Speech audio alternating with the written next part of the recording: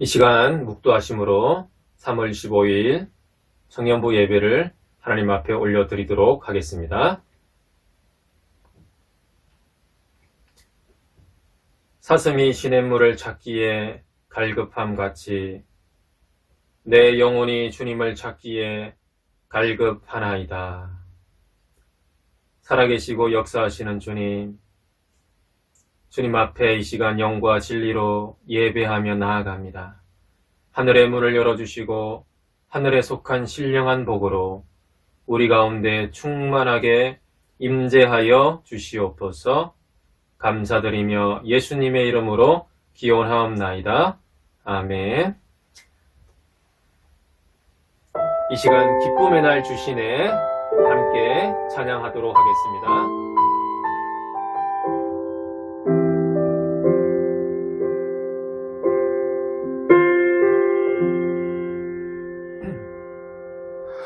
주님은 내 맘에 아픔 알아주시니 지난 밤 눈물 지워주시고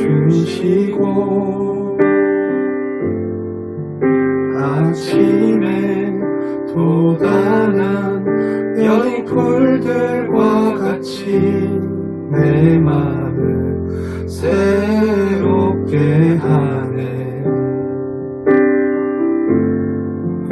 흐르는 시간에 보인 주의 영광은 내 삶을 밝게 비춰주시니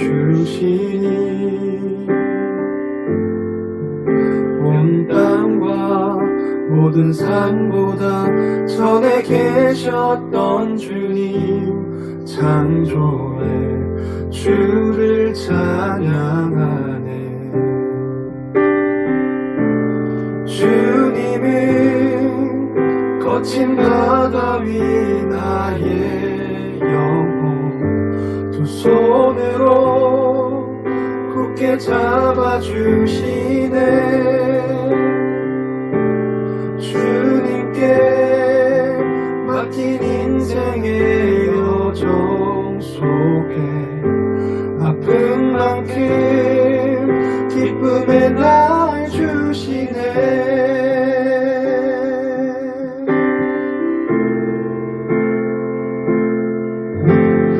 흐르는 시간에 보인 주의 영광은 내 삶을 밝게 비춰주시니 온 땅과 모든 산보다 전에 계셨던 주님 창조의 주를 찬양하네. 주님은 거친 바다 위 나의 영혼 두 손으로 굳게 잡아주시네. 주님께 맡긴 인생의 여정 속에 아픈 만큼 기쁨의 날 주시네. 주님은 거친 바다 위 나의 영혼 두 손으로 굳게 잡아주시네. 주님께 맡긴 인생의 여정 속에 아픈 만큼 기쁨의 날 주시네. 주님은 거친 바다 위 나의 영혼 두 손으로 굳게 잡아주시네. 주님께 맡긴 인생의 여정 속에 아픈 만큼 기쁨의 날 주시네.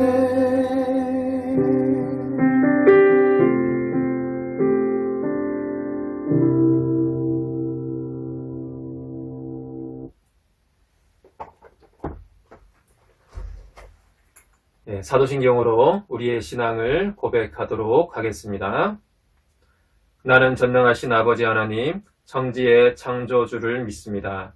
나는 그의 유일하신 아들, 우리 주 예수 그리스도를 믿습니다.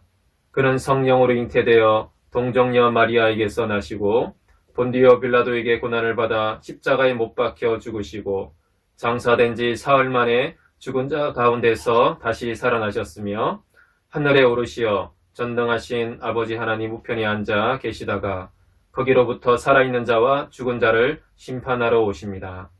나는 성령을 믿으며 거룩한 공교회와 성도의 교제와 죄를 용서받는 것과 몸의 부활과 영생을 믿습니다. 아멘. 이어서 윤수연 형제 대표 기도하겠습니다. 다 같이 기도드리겠습니다. 하나님 아버지, 저희가 각 있는 자리에서 예배를 드릴 수 있게 하심에 감사드립니다. 저희가 코로나19가 정말 많은 사람들에게 불안감을 주고 공포감을 주고 있지만 하지만 그럼에도 저희가 각 자리에서 예배를 드릴 수 있는 기회를 주심에 감사드립니다. 하나님, 하지만 저희가 교회를 나가지 않는다고 몸이 편해졌지만 마음도 편해지지 않았는지, 저희가 신앙생활도 쉽게 생각하지는 않는지 주님, 저희가 다시 한번 돌아보고 회개하게 해 주시옵소서. 하나님 아버지, 그리고 저희가 청년부가 각 자리에서 하나님을 섬기며 살아가고 있습니다. 학교를 다니는 사람들과 그리고 사회에서 일을 하는 사람들도 모두 한 명 한 명 빠짐없이 정말 날마다 주님을 찾고 주님께 기도드리며 정말 경건생활 가운데 삶을 살아갈 수 있도록 도와주시옵소서. 하나님, 이번에 정말 코로나19가 많은 사람들에게 공포와 불안감을 주고 있지만 하나님, 이 와중에도 정말 현장에서 직접 일하시는 분들을 정말 지켜주시고 그리고 항상 축복 가운데 붙들어 주시옵소서. 그리고 저희 또한 항상 조심하고 그리고 그런 분들과 그리고 이 모든 상황을 주관하시는 하나님께 감사하는 마음을 가지고 살 수 있도록 주님 항상 도와주시옵소서. 주님, 그리고 오늘 있는 김주환 목사님 말씀 가운데서도 성령이 역사하게 하시고 저희가 있는 자리가 편하지만 마음은 항상 주님에게 주님을 경외하는 마음으로 붙들고 말씀에 임할 수 있도록 도와주시옵소서. 그리고 모든 예배 가운데 항상 주관하심을 믿고 감사드리며 이 모든 말씀 예수님의 이름으로 기도드렸습니다. 아멘. 오늘 하나님께서 우리에게 주시는 말씀은 마가복음 1장 32절에서 34절 말씀입니다. 다 함께 읽도록 하겠습니다. 저물어 해질 때에 모든 병자와 귀신 들린 자를 예수께 데려오니 온 동네가 그 문 앞에 모였더라. 예수께서 각종 병이 든 많은 사람을 고치시며 많은 귀신을 내쫓으시되 귀신이 자기를 알므로 그 말하는 것을 허락하지 아니하시니라. 아멘. 예수님의 하루 시작이라는 제목으로 말씀을 나누도록 하겠습니다. 여러분, 하루를 어떻게 시작하십니까? 출근 준비로 분주하게 하루를 시작하시는 분들이 많을 것입니다. 혹은 때로는 늦은 오후에, 늦은 아침에 일어나서 커피와 함께 느긋하게 하루를 시작하시기도 할지 모르겠습니다. 운동으로 하루를 시작하는 분들도 있을 것이고 또 기도로 하루를 여는 분들도 있을 것입니다. 요즘 많은 사람들의 하루는 코로나 현황이 어떤지 체크하는 것으로 시작하는 것이 점점 일상이 되어가고 있습니다. 이 혼란과 어둠이 하루속히 종식되기를 우리 모두 간절히 바라고 또 기도하고 있을 줄로 압니다. 우리는 지난 시간에 가버나움 회당에서 귀신을 내쫓으시고 베드로의 집에 가셔서 베드로의 장모의 열병을 치유하신 예수님의 이야기를 함께 나누었습니다. 꾸짖으심으로 악한 영과 질병을 내쫓으신 예수님의 권위에 대해서 우리는 함께 살펴보았습니다. 그런데 이 사건이 일어난 날은 안식일이었습니다. 현재 예수님은 안식일 날 저녁에 베드로의 집에서 식사를 하고 있거나 혹은 쉬고 계셨을 것입니다. 오늘 본문 32절은 저물어 해질 때라고 시작합니다. 복음서에서 때를 나타내는 표현이 사용되는 경우는 대개 특별한 의미가 있습니다. 어떤 사건이 발생한 것과 언제 그 사건이 일어났는가 하는 것은 서로 밀접한 연관이 있고 그 사건에 특별한 의미를 부여해 줍니다. 유대인들에게 날, 즉 하루란 이 하루에 대한 시간 관념이 우리와는 다릅니다. 해질 때부터 다음날 해질 때까지가 유대인의 하루입니다. 그래서 해질 때란 그날의 끝이면서 다음날의 시작점입니다. 해가 지고 어둠이 임하면 다음날이 시작되는 것입니다. 특별히 유대인의 안식일은 금요일 저녁 해질 때부터 토요일 저녁 해질 때까지입니다. 그래서 저물어 해질 때란 안식일이 끝나고 새로운 날이 시작되었다는 의미입니다. 오늘날로 말하면 주일이 끝나고 월요일이 시작된 것입니다. 그러자 그 동네의 모든 병자와 귀신 들린 자를 베드로의 집 앞으로 다 데리고 왔습니다. 누가 데리고 왔을까요? 가버나움 회당에서 또 베드로의 집에서 예수님의 권위를 경험했던 사람들이 소문을 내고 또 사람들을 불러 모았을 것입니다. 이렇게 예수님의 하루는 시작되었던 것입니다. 그런데 왜 해질 때 안식일이 끝나는 그 시간에 다 모였을까요? 해질 때를 저녁 6시 정도라고 생각한다면 6시가 되자마자 온 동네가 예수님께 치유받기 위해서 모여든 것입니다. 그 이유는 유대인의 안식일 규정 때문입니다. 안식일을 거룩하게 지키고 일하지 말라라는 계명을 율법학자들은 구체적으로 무엇을 하지 말아야 하는가 39가지 세부 규칙으로 만들어 놓았습니다. 그 중에는 900m 이상을 이동하지 말아야 한다. 또 무거운 것을 옮기지 말아야 한다. 또 의료 행위를 금지하는 것들, 이런 것들이 포함되어 있습니다. 그래서 병들고 고통 중에 있지만 예수님께 당장 찾아가지 못한 이유는 그날이 안식일이었기 때문이고 안식일이 끝나자마자 바로 예수님에게 찾아온 것입니다. 지난달인가요? 안식일에 대해 제가 2번 정도 설교한 적이 있는데 안식일의 본질은 하나님의 창조 세계를 경축하고 누리는 것이며 또 한 가지는 하나님의 구원과 회복을 경험하는 날이라고 설명했습니다. 오늘 본문에 동네 사람들은 악한 영과 질병의 고통 중에 있지만 거기에 더해서 안식일의 규정, 다시 말해 종교적 억압에 매여 있었습니다. 그들의 신앙은 율법주의적 신앙이었습니다. 여러분, 기독교인들 중에도 점을 보러 가는 사람들이 많다는 이야기를 한 번쯤은 들어봤을 것입니다. 점쟁이가 정해준 특정한 날, 길한 날이나 흉한 날을 받으면 그것에 따라서 경조사를 결정하는 사람들이 있습니다. 점괘에 얽매인 것이죠. 그리고 기독교인들 중에서도 이사 갈 때 특정 날짜를 고려해서 이사를 간다고 합니다. 손 없는 날이라고 하는데요. 사람에게 해를 끼치는 악기가 돌아다니지 않는 날을 손 없는 날이라고 해서 그런 날을 정해서 이사를 한다고 합니다. 기독교인들조차도 왜 그렇게 하는 것입니까? 정해져 내려오는 관습에 얽매인 것입니다. 이것과 비슷하게 당시 유대인들도 안식일을 또한 그들의 신앙을 이런 방식으로 이해했습니다. 최근 코로나 상황으로 인해 많은 교회들이 온라인으로 예배를 드리고 있는데요. 오프라인 예배당에서 모여야만 예배라고 주장하는 사람들도 있을 것입니다. 이로 인해 갈등이 생기기도 하는데요. 서울의 한 대형교회는 원로 장로님들이 절대 오프라인 예배를 중단할 수 없다고 해서 예배를 강행하려다가 여론이 악화되자 온라인 예배로 변경되었다는 이야기도 들었습니다. 신천지에 관련된 뉴스들 중에 전도를 못하면 벌금을 내고 또 전도를 많이 하면 상금을 받고 이런 게 있더라고요. 전도가 약속의 상류 계층인 14만 4천 명에 들어가는 가산점 같은 것입니다. 그러니까 열심히 전도를 합니다. 본질보다 규정에 얽매이는 것이 율법주의입니다. 율법주의에 빠지는 이유가 무엇입니까? 규정에 통달하려 하고 규정을 지키려고 열심히 노력하는 이유는 하나님과 협상할 수 있다라고 믿기 때문입니다. 율법은 우리에게도 물론 의무를 지우지만 하나님에게도 의무를 지울 수 있습니다. 율법에 순종하면 우리는 하나님을 상대로 권리를 얻는 것이고 신의 축복을 받을 자격을 얻는 것이라고 생각합니다. 본래 하나님이 주신 율법의 목적은 우리를 사랑하고 보호하기 위한 것입니다.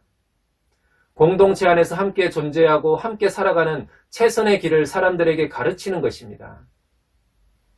그러나 인간의 자기 중심성은 이 율법을 하나님 앞에서 당당할 수 있는 근거와 자기 만족으로 혹은 하나님을 상대로 권리를 얻기 위해 이용하는 율법주의로 빠지게 만듭니다.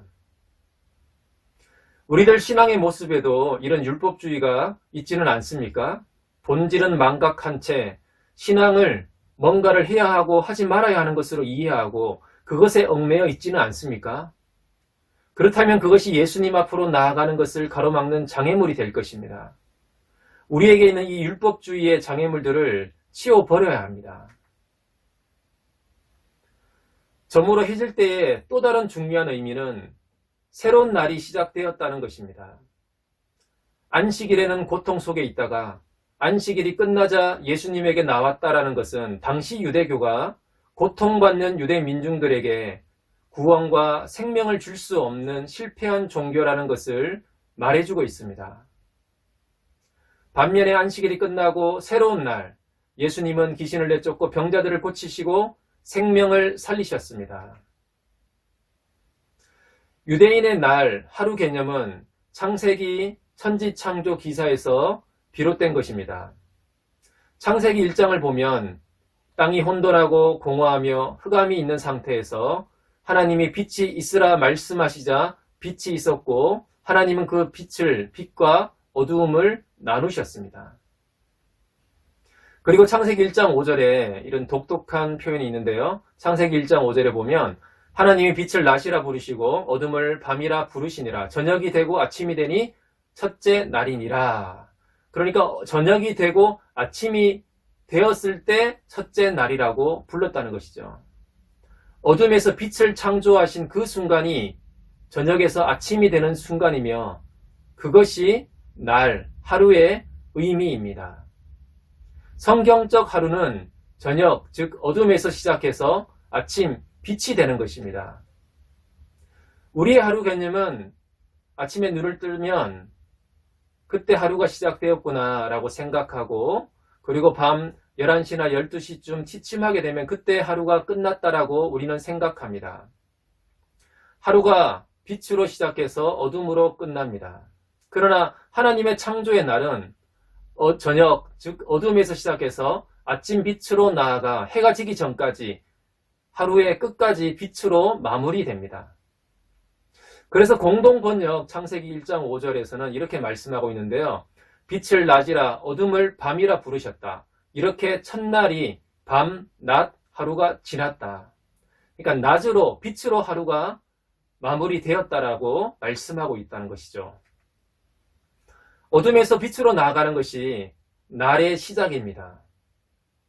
둘째 날부터 여섯째 날까지 하나님의 창조에게는 모두 혼돈과 공허와 어둠에서 빛과 질서를 만들어내는 것이었습니다. 예수님 당시 유대 백성들은 혼돈과 공허와 어둠 속에 살고 있었습니다. 악한 영의 지배를 받고 질병으로 고통받고 사회적으로 억압과 착취를 당하고 있었습니다. 그런 어두움 가운데 있는 그들을 고치고 살리시면서 어두움에서 빛으로 창조의 새날을 예수님이 여신 것입니다. 하나님이 창조의 때에 하셨던 일을 인간의 범죄로 다시 온 세상이 혼돈과 어두움에 갇히게 되자 예수님이 오셔서 또다시 어두움에서 생명의 빛을 창조하고 계신 것입니다.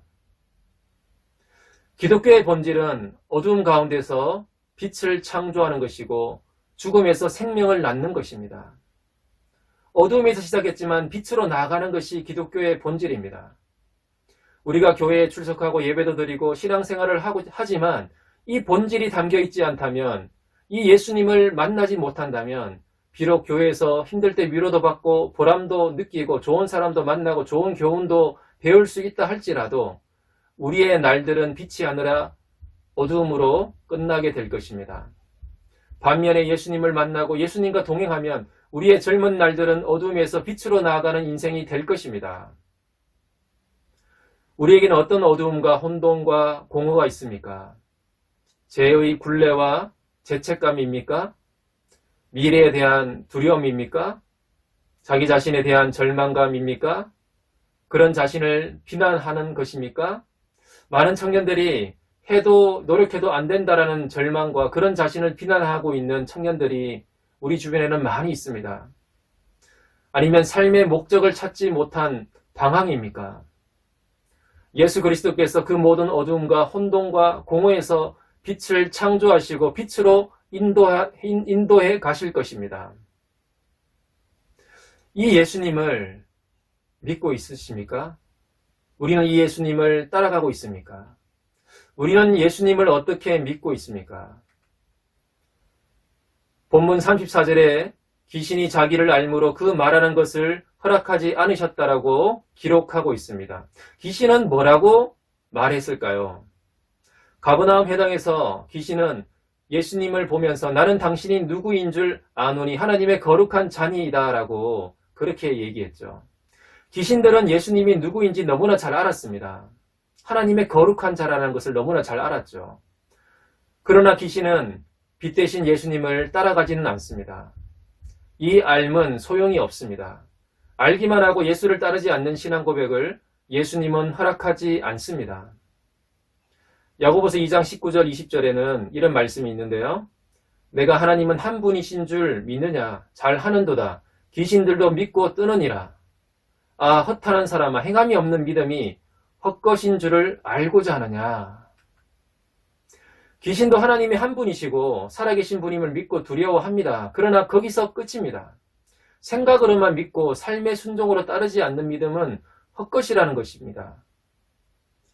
여러분, 강남 좌파라는 말을 들어보신 적이 있습니까?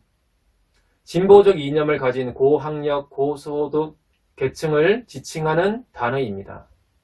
생각은 진보적이고 인권과 평등, 자유민주주의, 사회적 약자를 돌보는 것, 이런 사상을 지향하지만 실제 삶은 부유하게 다 누리며 살아가면서 희생하지 않는, 그러니까 생각과 삶이 분리된 위선적 모습을 가리키는 용어입니다. 올바른 말을 하고 올바른 생각을 한다고 올바른 사람이 되는 것이 아닙니다. 올바른 행동을 하는 사람이 올바른 사람입니다. 신앙에서도 이 부분을 우리는 경계해야 합니다. 한국교회가 추락하게 된 주요 원인 중 하나는 말과 행동의 불일치였습니다. 교회 지도자들의 돈과 권력과 섹스 스캔들이 터질 때마다 사회적으로 큰 지탄을 받았습니다. 종교 신뢰도 조사를 보면 천주교가 35%이고 불교가 31%이고 개신교가 18%밖에 되지 않습니다. 가장 낮습니다. 개신교는 한국 사회에서 신뢰할 수 없는 종교가 점점 되어가고 있습니다. 저는 청년들 수련회를 많이 다녀봤는데요. 수련회를 갈 때마다 많은 청년들이 회개하고 다시 결단하는 것 중에 하나가 하나님께 너무나 소홀했고 이제는 말씀과 기도에 시간과 마음을 더 드리겠다 다짐하고 결단하고 그렇게 수련회장을 내려갑니다. 그러나 실제 삶은 잘 변하지 않습니다. 정작 시간이 나도 말씀과 기도보다는 게임이나 유튜브나 홈쇼핑이나 SNS나 사회적인 관계망 안에 머물러 있고 그 즐거움을 포기하기를 힘들어합니다. 청년들에게는 즐기고 재미있는 것들이 너무나 많습니다. 그것들에 손이 먼저 갑니다. 이러면 안 되는데 생각하지만 실천이 잘 안 됩니다. 왜냐하면 실제로는 우선순위가 아니기 때문입니다. 말로는 또 생각으로는 결단하고 다짐한 것이 맞아요. 우선순위가 맞아요. 그런데 실제 몸과 마음은 아닌 것입니다. 그래서 몸이 안 따라갑니다. 이게 반복되면 결국 귀신의 믿음으로 가는 것입니다.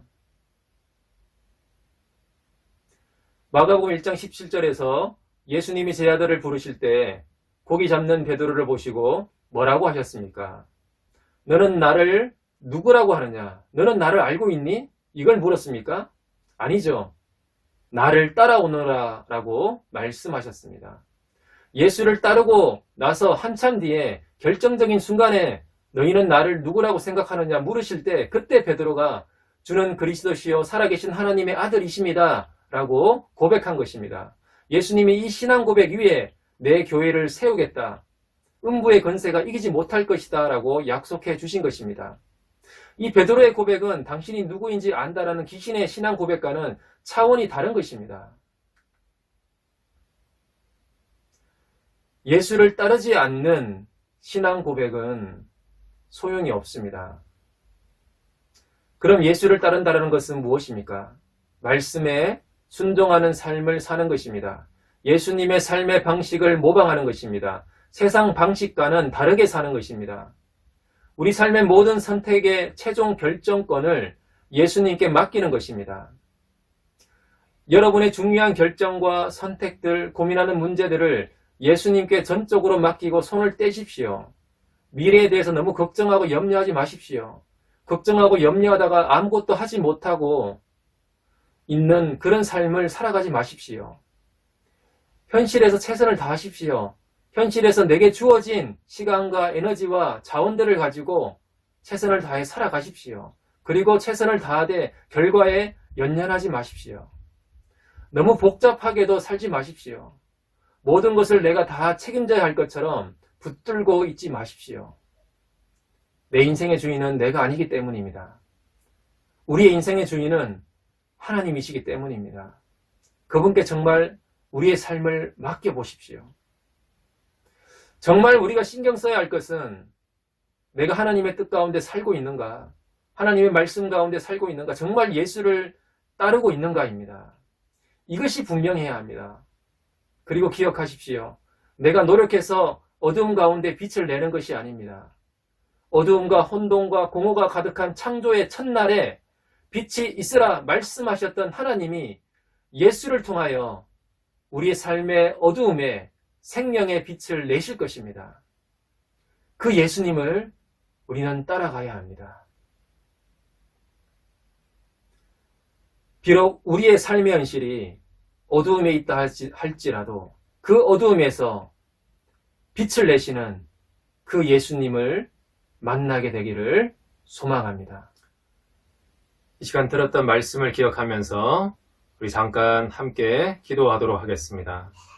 우리 안에 있는 율법주의의 멍에를 벗고 예수님 앞으로 나아가게 하여 주시고 정말 어둠에서 빛을 창조하시는 그 예수님의 복음이 우리 삶에 경험되어질 수 있도록 또 우리의 신앙 고백이 귀신의 신앙 고백이 아니라 정말 예수를 따르는 신앙 고백이 되어질 수 있도록 우리 함께 기도하도록 하겠습니다.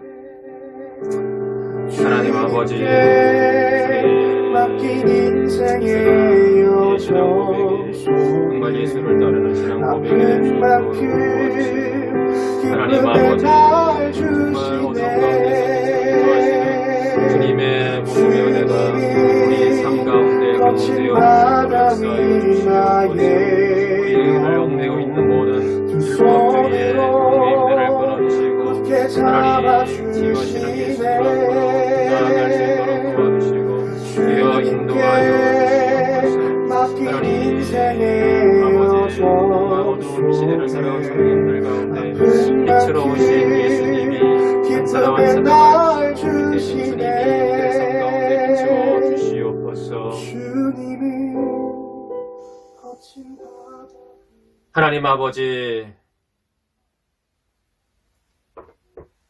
우리 가운데 찾아오신 빛 대신 주님을 우리가 만나게 되기를 원합니다. 우리 안에 있는 율법주의의 얽매임들을 다 제하여 주시고 우리의 모든 어두움에서 빛으로 우리를 인도해 가실 주님의 복음을 더 깊이 알게 하여 주시옵소서. 우리가 정말 예수를 따르는 진정한 신앙 고백으로 나아갈 수 있도록 우리 삶을 붙들어 주시옵소서. 코로나 상황으로 인해서 여러 가지 많은 어려운 가운데 놓여 있습니다. 우리 청년들 한 사람 한 사람을 주께서 붙들어 주시고 그들의 삶을 지켜주시고 보호하여 주시옵소서. 주님께서 친히 동행하여 주시옵소서. 예수님의 이름으로 기도합니다. 아멘. 축도로 예배를 마친 후에 청년회장에 또 강고가 이어지겠습니다. 축도하겠습니다. 지금은 우리 주 예수 그리스도의 은혜와 하나님의 극진하신 사랑과 성령님의 감화 감동 교통하심이 진정한 신앙 고백으로 주님을 따라가기를 원하는 하나님의 모든 백성들 머리 가운데 지금부터 영원까지 함께 하시기를 간절히 축원하옵나이다. 아멘. 안녕하세요. 광고 시간입니다. 저희가 지금 코로나 때문에 한 3주간 교회에서 만나고 있지 못한데요. 각자의 자리에서 건강 잘 지키고 계시리라 믿습니다. 지금 사순절 기간이기도 해서 리더분들이 매일 사순절 기간 묵상을 보내주고 있을 거예요. 그거를 뜰 안에서 같이 나눔하시고 그 안에서 예수님 묵상하시고 또 톡방 교제에 있으셨으면 좋겠습니다. 그리고 민찬 형제가 제대를 했는데요. 민찬 형제는 현이뜰에서 나중에 만나면 다 같이 교제를 해주시면 되겠습니다. 혹시라도 묵상을 다 하고 집에서 그래도 심심하다 하시면 제 추천 도서가 있는데 네, 이렇게 복음의 언어라는 책이에요. 이게 일상 속에서 복음을 좀 유창하게 말할 수 있는 그런 방법을 적어 놓은 책이고요. 읽고 싶은 분들은 제가 빌려드리도록 하겠습니다. 네, 그리고 다음 주 안부와 광고 영상은 박찬영 형제와 백민경 자매가 해주겠습니다. 그리고 건강 조심하시고 얼른 만나요.